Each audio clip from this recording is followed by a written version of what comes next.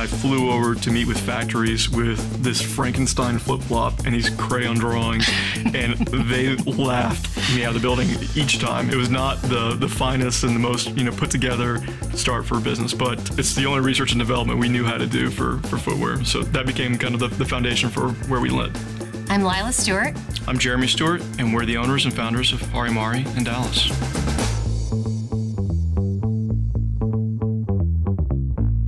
Hari is of the sun in Indonesian, and Mari is of the sea in Latin. But the rhyming part of the two words helps people remember it, so that's why we called it Hari Mari. I was working for a music promotional firm here in Dallas, primarily sales. I was a political consultant. We'd basically write ads, produce the ads, television, radio, print. So we took those same skill sets and applied them to international races, and that's what led us to Indonesia from Dallas.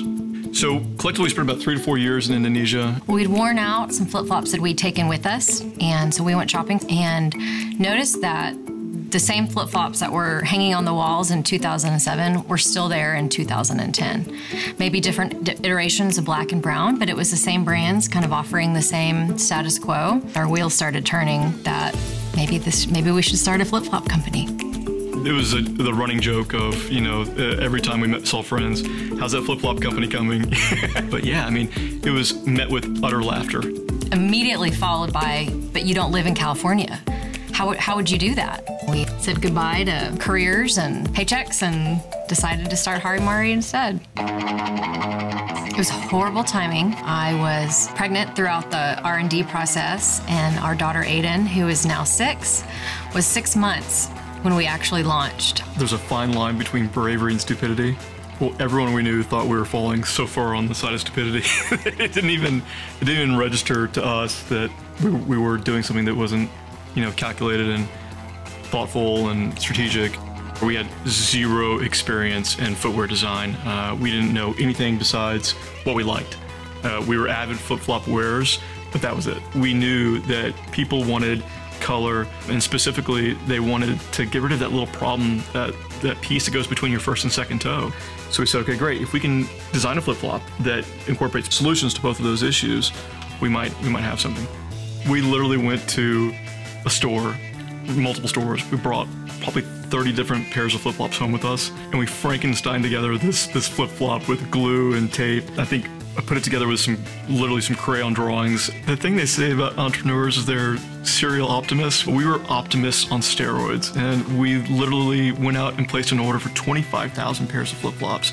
We had no orders, no stores at that point. We were literally just ordering for what we thought was going to be a future business. So the 25,000 pairs of flip-flops have arrived. Our Made in China stickers are too small, and they have to be redone. So we spent days from sunup to sundown re-stickering, re-tagging, and rebagging 25,000 pairs of flip-flops. I knew it was go time, so I put all my samples in my bag and started knocking on doors and retailers in and around Dallas. Getting retailers, especially during a time where retail is struggling, to give some of their budget towards a newer brand wasn't easy. So we would go in and do clinics, and I'd sit down with the whole staff and tell our story about living in Indonesia and talk about the product and all the things that we did to the flip-flop that was improved. And we still do these things with new retailers today. By the end of the summer, we had about 40 stores selling the brand, and we were able to take that success, go to trade shows, and build upon it from there. And one of the earliest kind of major stores to pick us up was Nordstrom. 6 years later, and we've also been picked up by Neiman's and some other amazing retailers. We're now carried in 48 states, Mexico, Japan, Canada, the Bahamas, United Arab Emirates, and we estimate that we've sold somewhere over 500,000 pairs to date.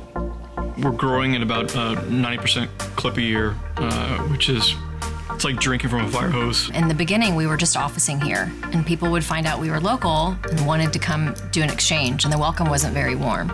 So we've done a little bit of renovation and turned it into a store. It's just a great bellwether test for whether we can do retail down the road. Most flip-flop brands have kind of pigeoned themselves into this hole of surf or beach, where we wanted to speak to our customers in a different way, more of a lifestyle approach. If you're going to coffee with friends or happy hour in the afternoon or out at night, in addition to going to the pool or the beach.